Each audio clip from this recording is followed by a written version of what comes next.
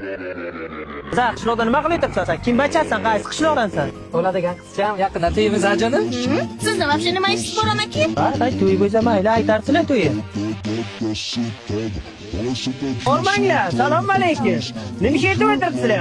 Assalomu alaykum, amaki yaqinda to'yimiz. Kecha bu qizni men boshqa bacha bilan ko'rdim-ku. Amaki, hamma narsaga ishingiz bor. Bo'ringizni qiling. Uzr qizim. Kim bilan bo'lsa ham to'yingizni aytsangiz, mayli o'tinglar. Dada, bacha. mana kelin olib keldim siz-a.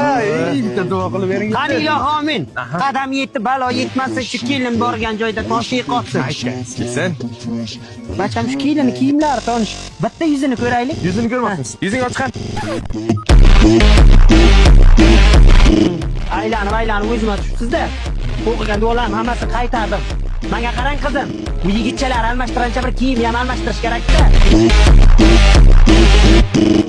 O'zingiz ketasizmi yoki ishladingmi siz? Keting beradi. Dada, siz men muhabbatimdan ayryapsiz. Senga qishloqda boshqa qiz qurganmi?